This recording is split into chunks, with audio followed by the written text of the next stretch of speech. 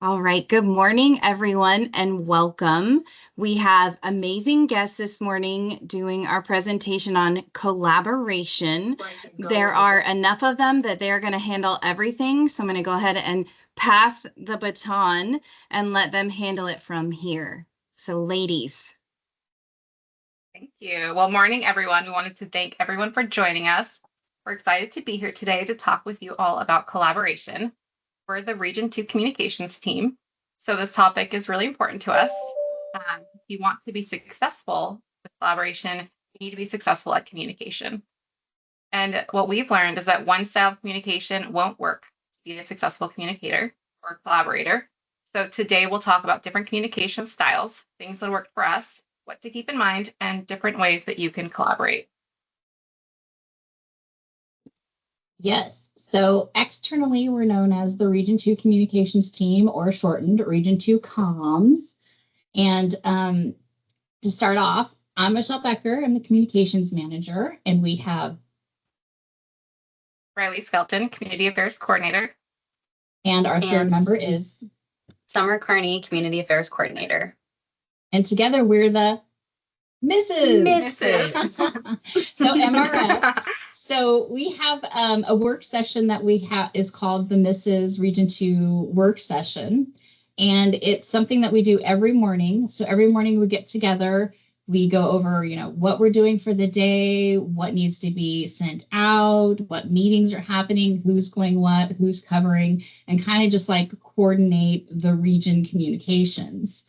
A lot of times during that meeting, it'll be longer than just the half an hour check-in. It becomes kind of a work session that we come back to throughout the day. It's an open chat. We can reach each other on it. Sometimes we'll go back and we'll just stay in there for, throughout the day for multiple hours, actually doing different work. So we could all be working on different things. And we have questions, we can just ask someone or to proof it. It's kind of like a virtual office mates, right? It's one way that we feel we've bonded. We feel closer together. We've actually almost kind of created a hive mind. You could ask a communications question to any one of us three, and you'll probably get a similar, or if not the same answer, especially with Riley and I, who've been working together for like 6 years. And Summer, who's been with us a year, is now starting to learn, at least our responses to her questions or editing or stuff like that. So It's really helpful way that we work together. And it's not uncommon as we're going through our day to be like, oh, we need to talk to this PM or this person or clarify this data or whatnot. So we'll call people in and out of our session. Go ahead, Tana. So I do have a question about that. When you're all working out loud, which I love, it reminds me of growing up in a table group in school, when everyone's desks are pushed together and the teacher's like, here's your worksheet, and talk this out loud together. How do you make sure that things are written down, or do you write things down, or how does that process work that way, as far as why I said something to one of you? How do you all know that? Do you have a worked out process that way? I think it depends on what it is we're trying to capture. We could be reviewing an email, or we could be working on a PI plan, and whoever is taking lead on that effort is typing, making the edit, changing it. A lot of times we'll capture screenshot or capture things in the chat, and we'll be like, okay, we're just going to put this chat in here for later so we can refer back to it. Our chat is probably super, super long by now. So there's different ways that we document it. Really just depends on what activity we're working on. Awesome. Thank you. No problem. And it's not uncommon, like I was saying, to call people into our chat. And so in our region, people are very used to getting a call from the missus. And so we call people in and out all the time. It's just a thing that we do. So for today, some housekeeping. Riley is running the presentation, so she's going to be doing the slide advances. Summer is going to monitor the chat and any hand raising. You don't necessarily have to raise your hand unless, it gets chaotic, but feel free to jump in like Tana did if you've got questions or you want to clarify or whatever. We're flexible. We'll roll with it. You don't have to wait to the end. You will have an opportunity at the end as well. I'm here for comic relief and just popping in. And then, of course, Tana will pop in as well and hopefully give some context from a project manager's point of view. And we realize that our way of work session and what we do won't work for everyone. So we're not actually going to focus on that today. We just wanted to kind of give you the reason why we thought we were asked to do this session because of the way that we collaborate. Instead, we're going to focus on like different tools you can use, different ways of communication. And if there's one takeaway from this session, it's that communication isn't cookie cutter and that there's more than one method that could work and that you need to be flexible and willing to try new things. So first, what is collaboration? It's working with other people together, not just by yourself. And so I found this really great Steve Jobs quote that I thought was really applicable to this conversation today. Great things in business are never done by one person. They're done by a team of people. And I think we know that that's pretty essential for everybody's role as project managers. So now let's talk about why collaboration is so important. Well, for me, I love collaborating and a good brainstorm session. I kind of feed off other people's energy. And when we have like a shared thing we're brainstorming on, doing it in a group setting and collaborating with different people, you get different perspectives, different life experiences, things that you might not have thought about or brought into the conversation. So having a group dynamic and like listening and having other people involved is even better for collaboration. Exactly. Collaborating can help inspire us to have new ideas. Ultimately, it's a group of people working together on a common goal, and it gives us better results if we're collaborating successfully. So if you haven't guessed this, collaboration and communication go hand in hand.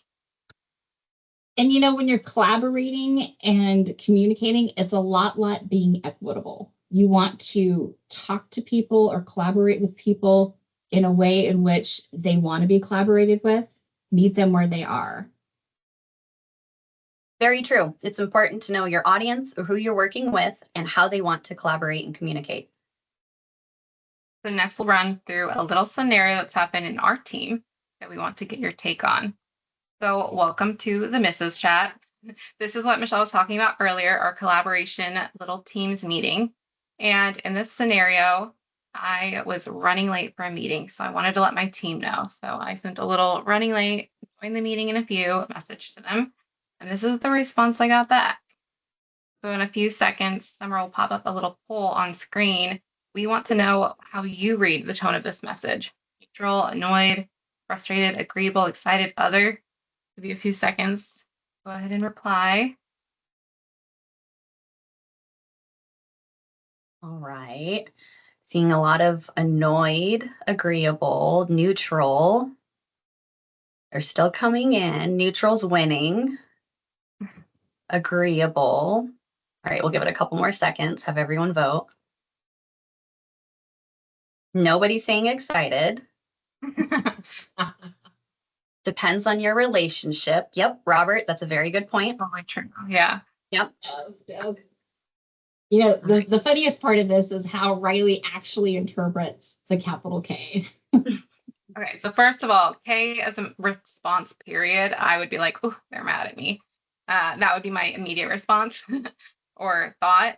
Capital K in this environment, in a Teams environment, I'd be like, oh, they're really mad at me because they had enough time to press Shift K. It wasn't like a little like, oh, I'm running late. Let me just also do a quick message. If it was a text message, a capital K would be totally fine because text autocorrects things to be capital, but Teams, that feels like a choice. Let's look at the next response. Okay, so in this example, I got to see their response. In all caps. Yeah, my first thought is, why are you yelling at me? Because we don't know this already. All caps usually is for emphasis or screaming. So I'd be like, why? Why are they yelling? Here's another response. Okay. Oh, whoops. Sorry. Okay.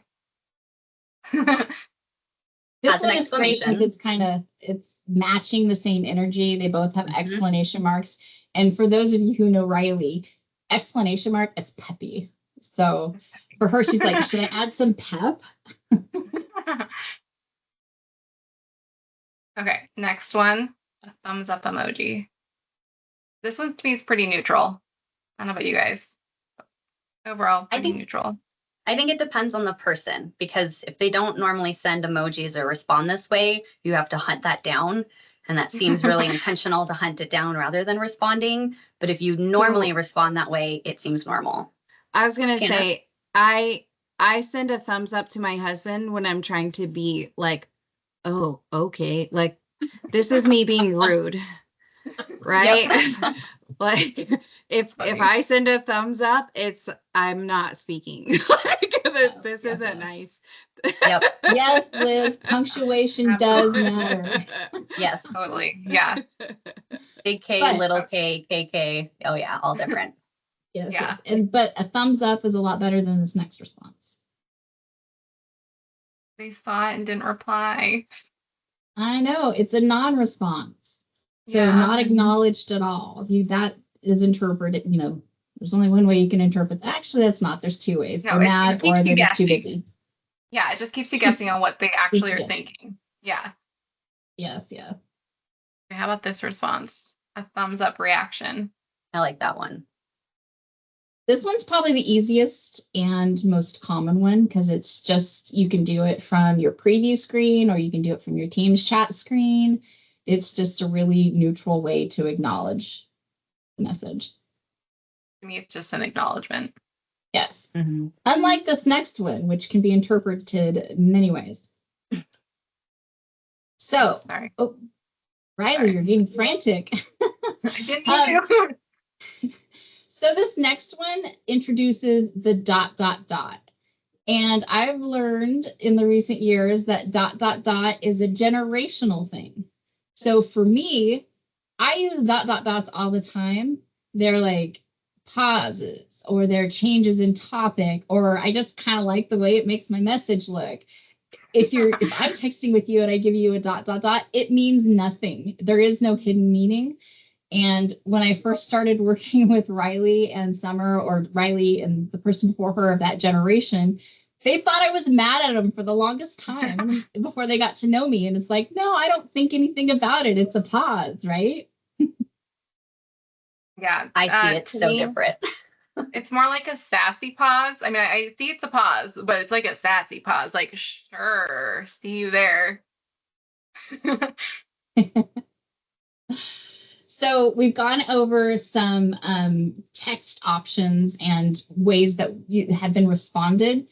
But really, if you want to add some context, soften a message, or add some personality, we need to look at emojis. Yeah. But before we do, just keep in mind, all of these responses, totally valid responses, all totally fine responses. And it just depends on who is reading it and like the mood they're in or who's sending it even too.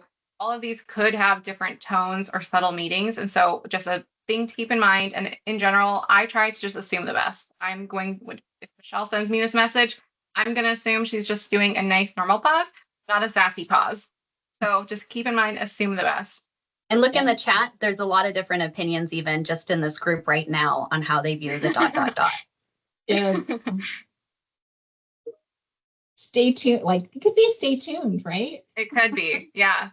All right, so let's look at emojis. They're going to help soften your message, portray emotion, give some context possibly.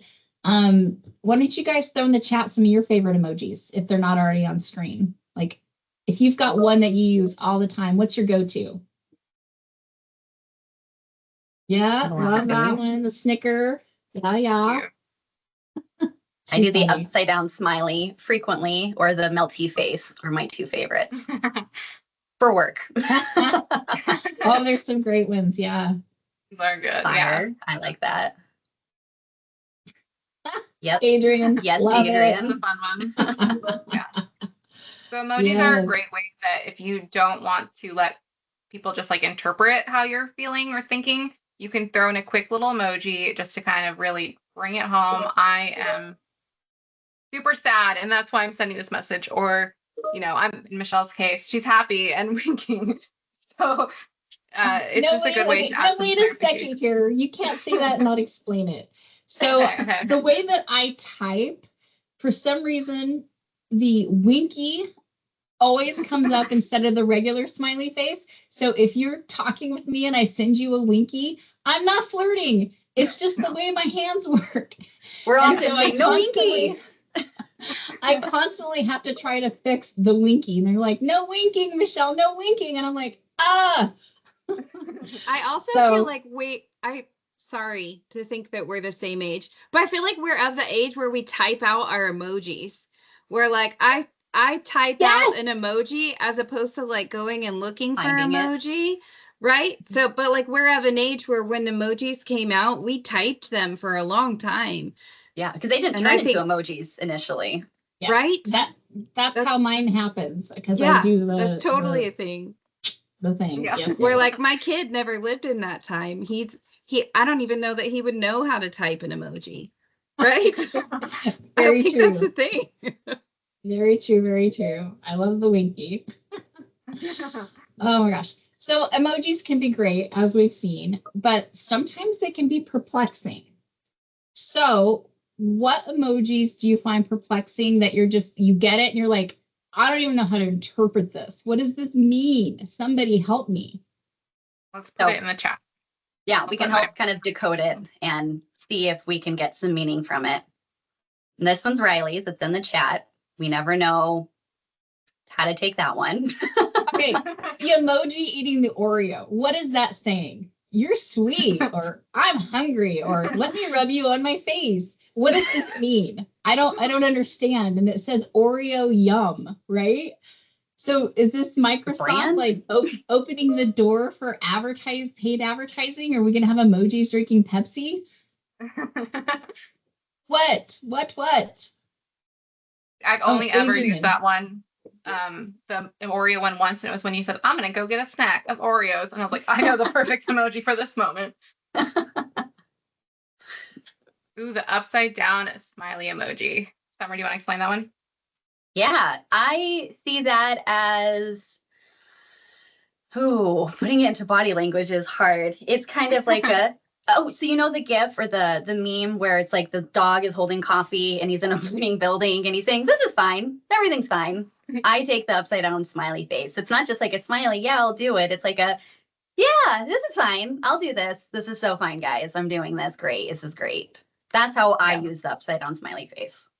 That's how I use By it the too. way, Summer's an avid user of GIFs. So depending on your audience and your mode, GIFs can help portray your message as well. I'll find my favorite GIF and I'll put it in the chat in a second. It's really great. Always a laugh. Yeah. Okay. So next, Riley. Well, before we get to that, how about we chat a little bit about professionalism when it comes to emojis? Michelle, do you want to take that? I'm sorry, what? Oh, Professionalism. got you. Sorry. Yeah, I was taught that using emojis when they first came out in like official communications was unprofessional. And so I think that's kind of gone by the wayside now. I think that you have to know your audience, who you're sending it to.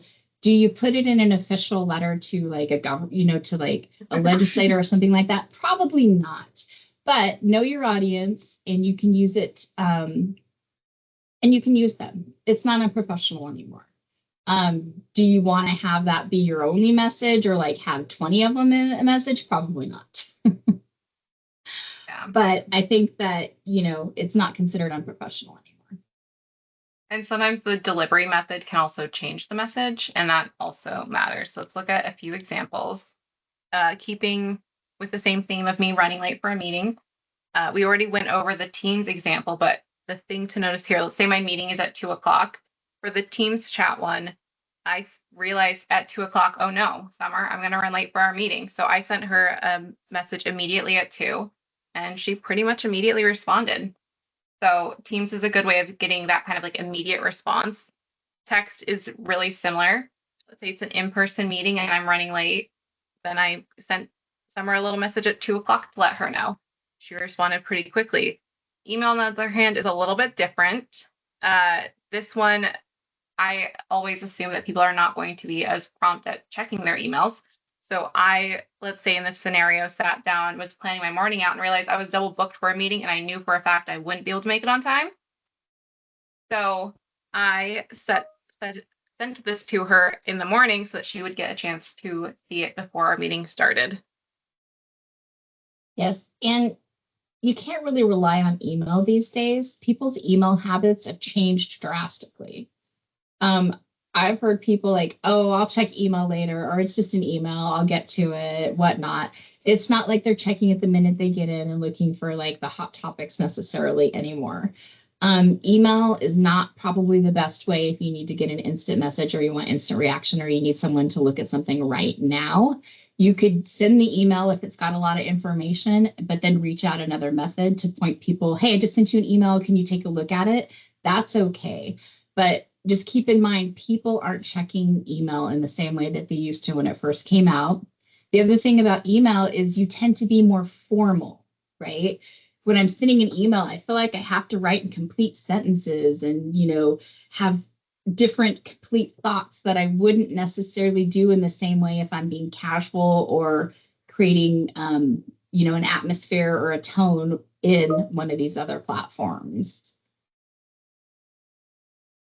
Yes, in the chat, this is a good one. Adrian said, I would be so happy if we got rid of email altogether. So much harder to track things amidst the onslaught of junk emails. I agree. I'm a big fan of rules in Outlook, and I have 100 folders, probably more, to sort them out. And it's not a perfect answer, but I feel the same way, Adrian. Yes. So direct conversation and communication, like what we just went over, is collaboration. So now let's look at other types and tools that we can use. So in Teams, besides chatting and video calls, it actually has a ton of features to help with collaboration. So there's Planner, Whiteboard, Loop. You can share documents that allow multiple people to be in the document at the same time. No need to do a version control. I really like Loop because it works similar, but on a smaller scale and specifically in your Teams. And so you can have a whole chat type into the same Loop message in real time. And Loop has a whole bunch of different features. So it's not just, typing out a message. You can do a table, you can do a list, you can just do a general message, and you can see live everybody that's in that Teams conversation is able to type into it. Our team has used it to do brainstorming ideas for social media posts. It has a lot of really great features, and Planner is similar to that in that you can kind of set things up, tag people if you're trying to assign certain things. Whiteboard is similar in the same way. You can put a message out, see live writing from a team while it's happening, and then it's stored there for future use as well. Yes, and it is called MS Teams, so it works really well with MS Outlook. So that's just to say that they're all Microsoft products. And you guys might have noticed Microsoft keeps adding plugins and updating and creating and adding new things that they don't necessarily tell us about. We kind of stumble on them. Well, Outlook has started getting more integrated into these other tools. The calendars, the OneNote, and different things like that are starting to all integrate together to make a system that makes it really easy to collaborate and communicate with people. My favorite Outlook feature is the calendar. Pretty basic, but most of us, well, at least I do, most of us live by our calendars, especially with all the meetings nowadays. So if you are setting up a collaboration opportunity, make sure you are checking other people's calendars to make sure that they are free. Yep. And if somebody does miss a meeting, OneNote is a really great tool to kind of pull everybody in. And so Outlook and OneNote actually talk to each other because it's another MS product. And so you could have an email in Outlook, and there's already a feature plugged in where you can automatically send it to a OneNote. So it could be your own OneNote, or it could be the shared team OneNote. So you're storing emails in a way to save them for other folks. And in the opposite way, you could use your OneNote or a shared team OneNote, whatever you put on that page. Let's say it's notes for that meeting that somebody missed. OneNote has an Outlook feature where you can automatically have it be sent in an email. So it's a really great collaboration tool. I'm a huge fan of OneNote. I sing its praises all the time. I'm waiting for them to offer me commission at any moment because I talk about OneNote so much. Our team has a OneNote that we use to track projects together. I have a OneNote. I have 2 personal OneNotes at home. I think OneNote is one of the best collaboration tools that Microsoft offers outside of literal Teams, like interjected chats like the Loop and the whiteboard that I mentioned earlier. Yes, yes. And speaking of Loop, we do have a question in the chat here. I believe Loop is a Teams, but you can also open it in the browser. I don't think it's necessarily a standalone app outside of the Office 365 browser. But it's a really great tool and has lots of different functionality. And Summer, I know ODOT doesn't have it turned. ODOT doesn't have it turned on right now, but just like what normally happens for us, we have it pop up in Teams. Then it will get to the point where we can like open it in our browsers, and then I'm assuming that as long as nobody says anything, we'll get it to the point where it will pop up as an app. So right now it's in Teams.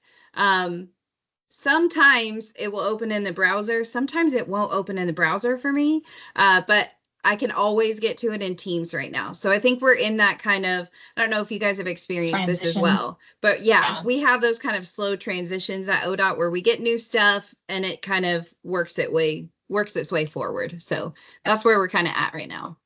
And you can pin the Loop too. Yes, you can pin it to the top of your Teams chat. Summer also just put a screenshot in there to show you how you can access it. So you may or may not have noticed this new little icon. And of course, you know, when we see new things, we're curious. We click on, we like, what is this? So we're constantly discovering the things. And in fact, Ian, who is on here too, he is the same way with us. He's always like figuring out the new things. We're finding them together, like, hey, did you see this? You know, whatever. So as Summer just gushed about, she loves OneNote. She's got a very robust OneNote for our team that tracks like projects, construction, communications, all kinds of things. But what I really want to know about is, in the next slide, is what other outstanding collaboration tools, method, things have you seen your coworkers or that you yourself use that you've maybe, I don't know, wanted to snag or start using yourself? I can start off by saying that I get invited to a lot of PDTs. We don't always go to every single one because, you know, we have a lot in Region 2. But I appreciate Kumar's after emails from his PDT, where he lists at the top of the email what the action items came from the meeting. So I can quickly look at Kumar's email and go, okay, don't see my name, I'm golden. So let's take a minute. Let's have a discussion. Feel free to, you know, raise your hand, come on, you know, turn your camera on, come on screen, and let's talk about some other things that you've seen that are great collaboration tools. All right, don't be shy. Calendar reminders. So I like using To-Do. So the To-Do app has the ability to actually share to-do lists. So on the bottom on the left, you can create a list that actually has shared to-do items. So you can add to it the person or people that you share items with can actually both have access or all have access to those same items, and they're separate from your other to-do items. So I would say To-Do. I'm really big on that one. And it's also part of Microsoft 365. So just like Outlook and Planner and everything all goes together in there. So To-Do. Nice. Adrian's reading my mind. Yes, it is nice if you're in person just to stop by and have that chat. But Yep.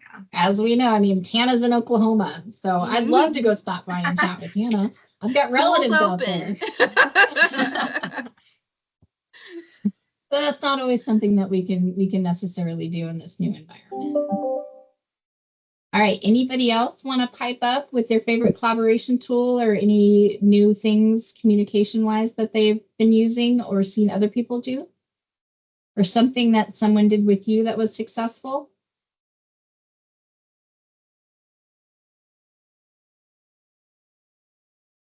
I would add something that not a lot of people are familiar with, but within your teams, your actual Microsoft Teams. Thank you, Microsoft, for that gem. Yes.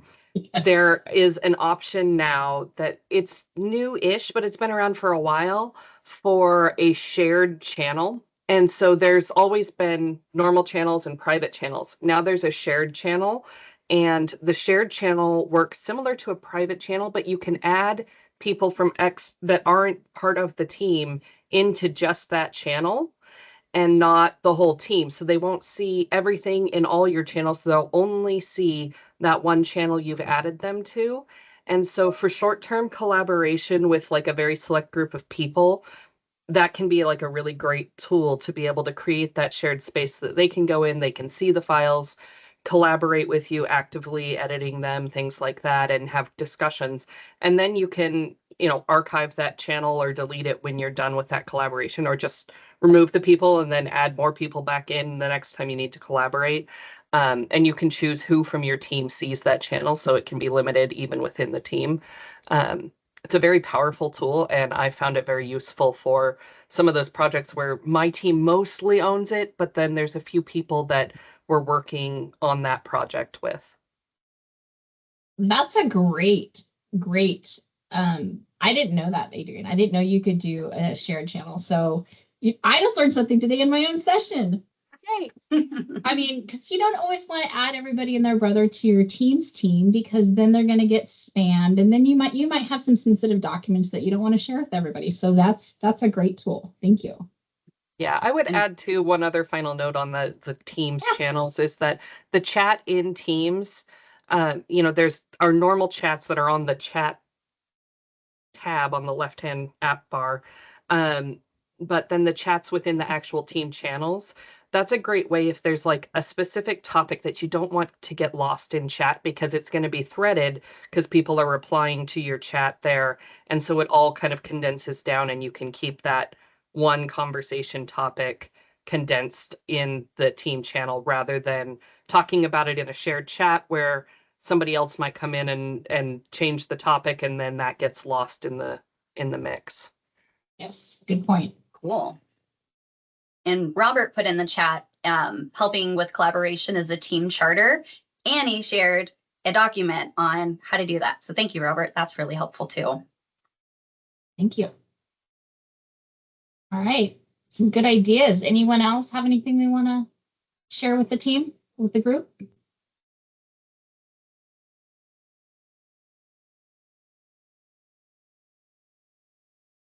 Okay, well, collaborating, it's important. We need to help you build that skill.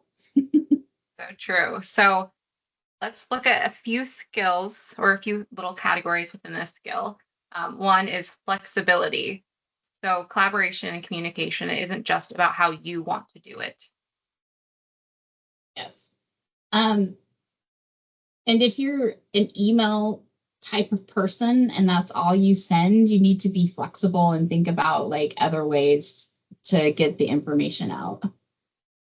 Having empathy is really important too, because there might be a reason that somebody has a preference. They might prefer the team's messages and that instant messaging as a way for them to stay on top of what they're doing and not have their emails get lost in the clutter, hours go by and you can't find it. So it might be a reason that somebody has that preference. And so having that empathy to see that, to understand that is really helpful. Yes, and it's really funny. I'm going to talk about something really quick. Something that I call Google brainwaves, because it seems to me like if we have a topic or something come up, it starts to come up everywhere. And I'm like, Google's listening. It's popping up. And so we were putting together this presentation, and last week, our boss in our team meeting, he's like, I got a video I want you guys to watch. And it was all about empathy, and it took us through a scenario of like at a grocery store and all the different things that can happen, and the screeching kids, or the checkout person getting yelled at, and just all these different things. And it was really about putting yourself in the other person's shoes. Maybe they're having a bad day, maybe something's happening to them, and that's why they're acting this way and whatnot. And so the whole video is really about like, give people some grace, try not to jump to the wrong conclusions. You have a little empathy, understand your coworkers and whatnot. So that was kind of interesting that tie happened when we're about to talk about it. So yeah. So like Michelle was saying, having empathy is really important. Being flexible and figuring out the best way to communicate with your team is the best way to come to everyone's shared objective. It's not all rainbows and butterflies. True. So let's go over some common challenges you may face when collaborating. So miscommunication. Let's say your team members aren't all on the same page. How do you fix that with your PDT? Well, you can do regular check-ins, or if you have specific disciplines that are not on the same page or not communicating, maybe you do sub-team meetings and get the people in the room who need to be part of that conversation. Great idea. So our next challenge is overcoming schedule conflicts. So let's say you've set the meeting, you know who needs to be there, but they didn't show up. What do you do? Something that could help with that is setting clear expectations and documenting those expectations. So at the beginning of the first meeting, for example, you could write down when you can anticipate the next meetings, what time they'll be, make sure everybody has that document. And so you're really clearly setting the expectation that everybody needs to be there at this time on this day. And their documentation is important because then people can consistently refer back to that, or you can refer back to, remember in our document XYZ, this is what we agreed to. And it's a way of holding everybody accountable. And this last challenge on our screen has been an issue over the past few years, having a successful hybrid in-person and online environment. So let's say you figured out who needs to be there. They're all at the meeting, but some people are online and some people are in person. And the people online say they can't hear the people in the room, and the people in the room say they can't see the people online. It's a mess. So what do we do? Use the tools we already have. Use the tools we've been talking about during this presentation. We've been doing hybrid meetings for years, technically, in some cases, even before the pandemic happened. And so use what we have available to us. If people in the room can't, or if people online can't hear the people in the room, use the Teams chat feature or even a text message for an immediate response to try to help troubleshooting, making sure all of your cords are plugged in so everybody can hear and see, but really utilizing those tools. If people can't hear or see and now information is getting missed and you have to do that troubleshooting, utilizing those shared resources such as the document sharing, the Loop, our OneDrive, even to making sure that everybody online has the same material available to them as those in person in case there is any audio or visual issues. I can't tell you how many meetings that I've been to where they pass something out in the room that everybody's looking at, and we're on, there's several of us online, and we're like, okay, what are you looking at? What's the discussion about? Whatnot. So just when you're doing hybrid meetings, think about both scenarios. If you're going to pass out documents, have a digital version, so that people online can participate and be part of the conversation. We do plan on posting a tips and tricks and lessons learned. When Tana posts this video, we'll have her post that document too, because as you can imagine, we're privileged to be invited to many, many, many, many meetings. So we have seen lots of faux pas, things that could be done better, got lots of, lessons learned, tips, tricks. We're techie. So we're going to put together a nice sheet for you that we'll have Tana post to talk about hybrid meetings. And Tana, go ahead. I'm super glad that this came up in this meeting, and something that it made me think of when you said that, Summer, like we've been doing this for years before the pandemic. You guys talked about having empathy. I don't know if everyone is aware of this, but we actually have a commissioner that has mobility. I don't know how we say that, but there are things that there's a commissioner that can't go to everything. So we actually Mhm. have things in place so that we can have hybrid meetings so that one of the commissioners can be there virtually for OTC meetings even. So outside of just like this idea before the pandemic where we highly prized being in person, and it was almost like you're greater than or better than if you can be in person. I feel like that is changing. And it's not just changing because like, oh, we had a pandemic and now we realize it's cheaper than having these buildings and things, but it's also we're having better Inclusive. accessibility. Yes, we're a more inclusive agency now because we can do these things. And so having empathy for each other, like I can be with my family in Oklahoma, right? And we can have different kinds of people connect in different ways when we use these resources that we have. It's kind of cool.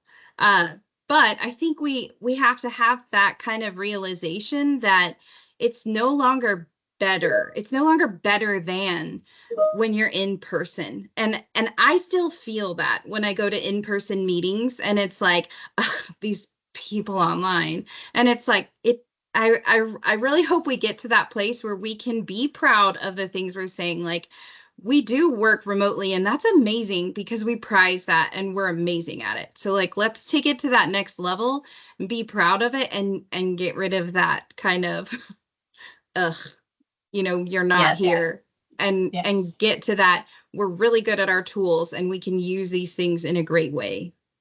Yes, Yes. absolutely.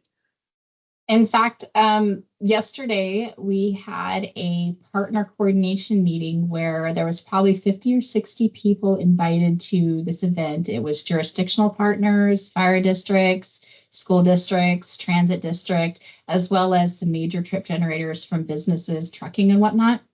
And so, of course, they all talked to me. It has to be in person. It has to be hybrid. We have to give options. And I'm like, okay, that's fine. That's fine. And so I traveled to Eugene. Some of us traveled to Eugene. Guess how many people showed up in person? One person other than ODOT staff was at the meeting, and that was the sheriff because he's already got a vehicle, right?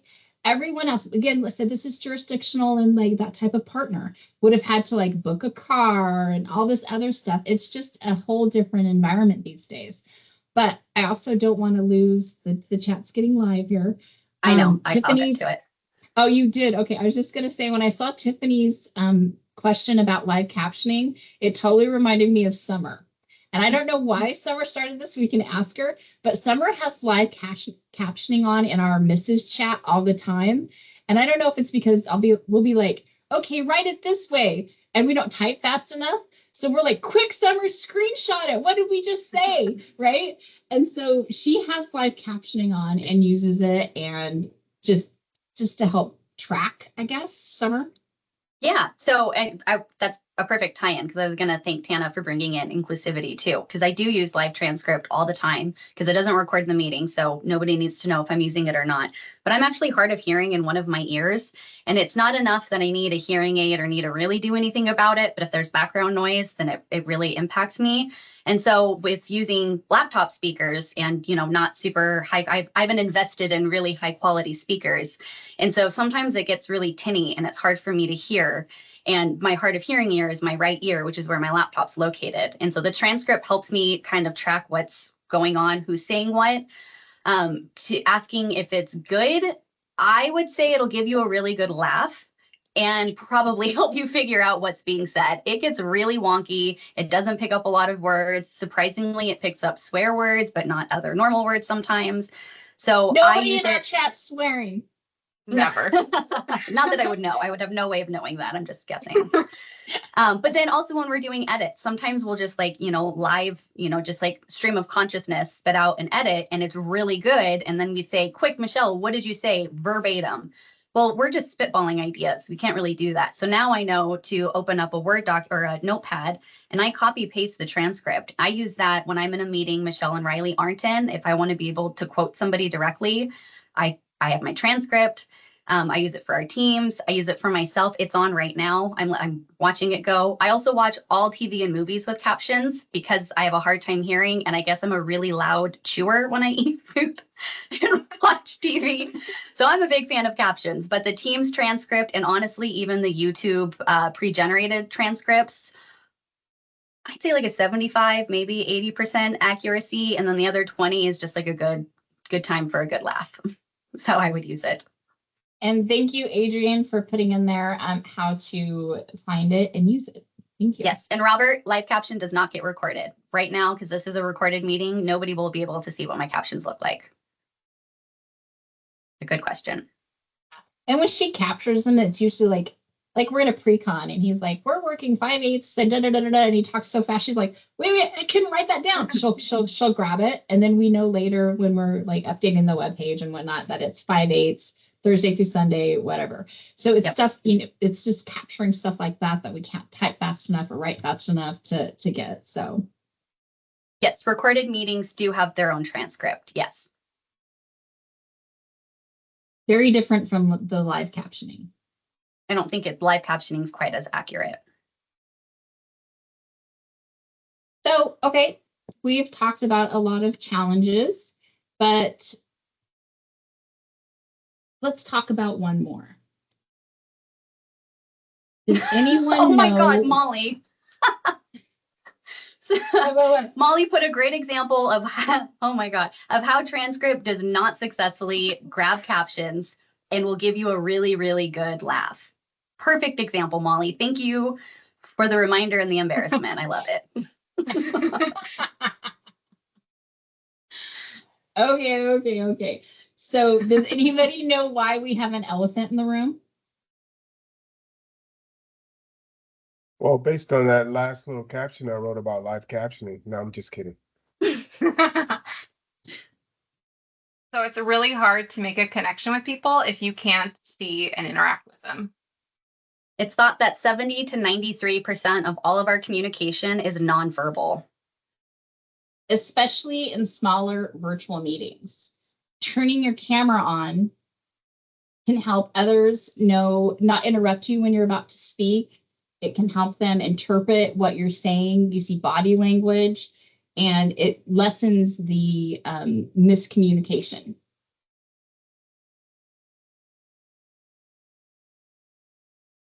Any thoughts on that before we move to the next one?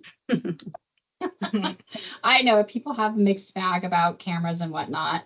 And that's why we're saying, like, at least in the smaller groups, it's really awkward to have especially a one-on-one conversation where your camera's on and theirs is off. And then it's like, well, if I turn mine off, what is that saying? Should I just leave it on? And then you're staring at yourself. It's just really awkward. Yeah. So in small meetings, it can be helpful. Yep. Yes. Okay, some key takeaways from today's presentation that we hope you guys can take with you and apply to your PDTs and your day-to-day lives. Tiana helped us come up with these 4 little steps. So the first one, identify the collaboration opportunity. So what is the shared objective? What is the reason that a team is coming together, or the reason you're calling a team together to collaborate? You should know the whole purpose of that meeting first and foremost. True. And then next, plan how you'll communicate. Yes. Who are you collaborating with? What's your strategy? What works? What are you going to try? And then do it. Try it. Collaborate. And then once it's done, evaluate how that collaboration opportunity went. So think about what worked well and what didn't. And really specifically, did you meet your goal? Did you meet the shared objective with everybody? Sometimes it can be helpful to have a soundboard, like 1 or 2 people, or even our Mrs. group that we do, the 3 of us. That's something we use it for. It can be really helpful to kind of talk it out with somebody, say, I noticed this, or I did this, and I don't know how well it worked. You know, really take the time to sit down and evaluate how well you think that went. And then learn from that. So the last step, consider how you may need to communicate differently during your next collaboration opportunity. So you've had it, you've learned from it, make notes if you need to so you don't forget, and apply that to the next time you guys are meeting, trying to work together. Yes. And so this four-step process is something to think about. Take that with all the other topics and methods and things that we've talked about today, and really try to look at what you do and how you can be flexible and what you can change. And at this point, we're going to like kind of transition to Q&A and let you just bring up whatever you want to talk about. If you've got questions about any of the tools, if you've got examples, you want advice, that type of thing.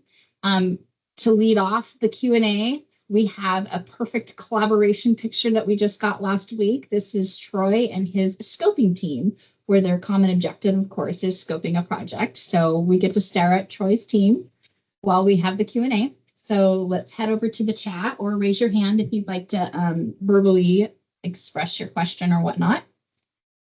Robert asked a great one. So how does one encourage more participation? Really good question. Robert, were you thinking like in a PDT?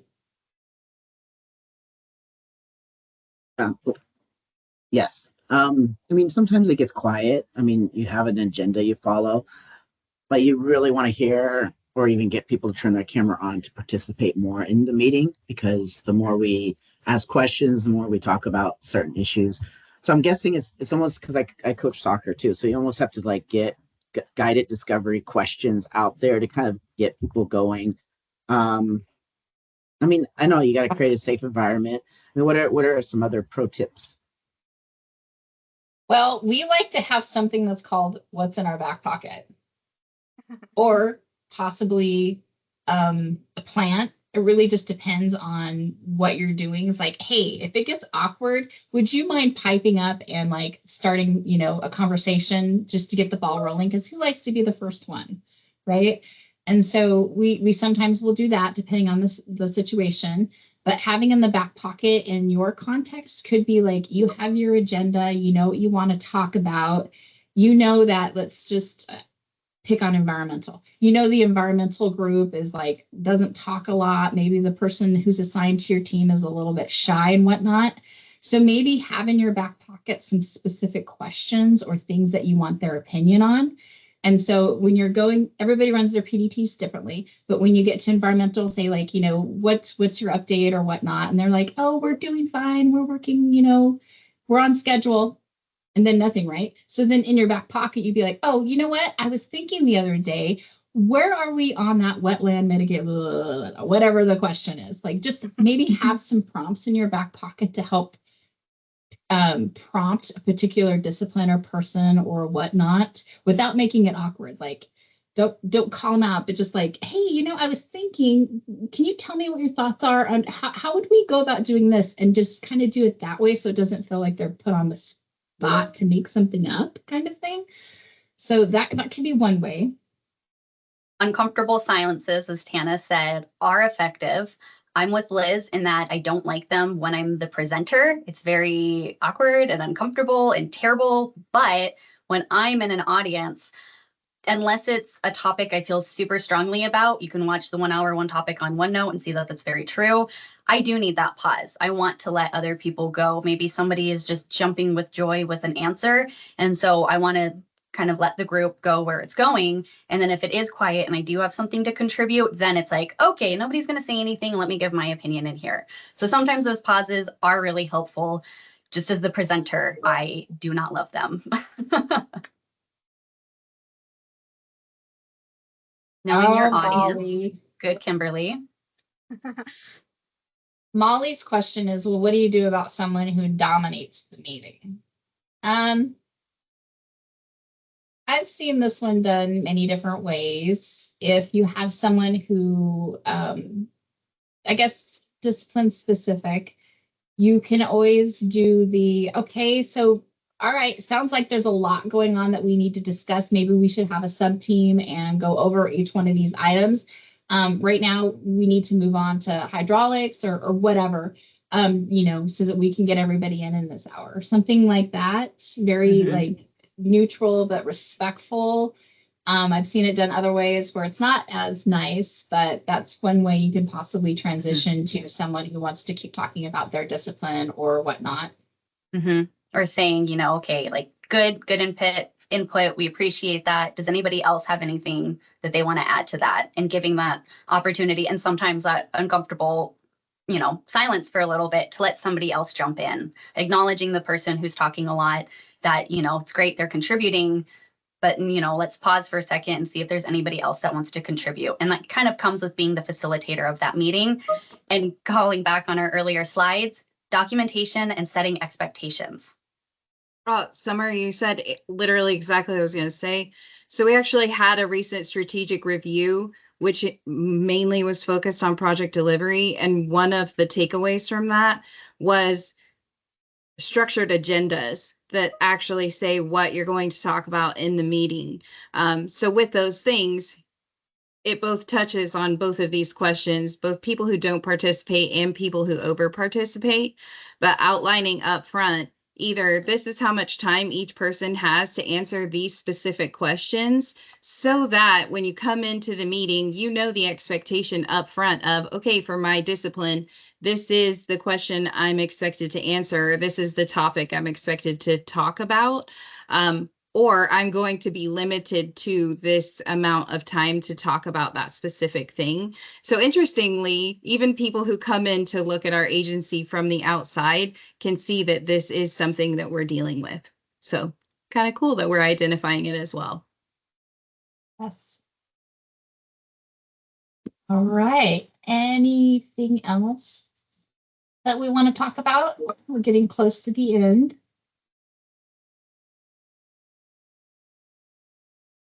Is this the pause, the silence? We'll see. For me, the uncomfortable silence, I'll make some kind of stupid joke. I don't know. Yeah, you'll fill that pause. This has been amazing participation on this subject. I absolutely love it. We're going to put it all together in the recording after the fact and send it out. But hopefully anyone will send in any additional questions or things as well. Yes. Yeah. So thank you, everybody, for coming today. Remember, good collaboration skills are necessary to be successful. We have a lot of tools available to us to make us collaborate easier.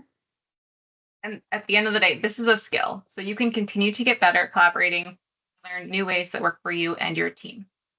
Yes. Thanks, guys. Thank you. Thanks, everybody. We appreciate you coming.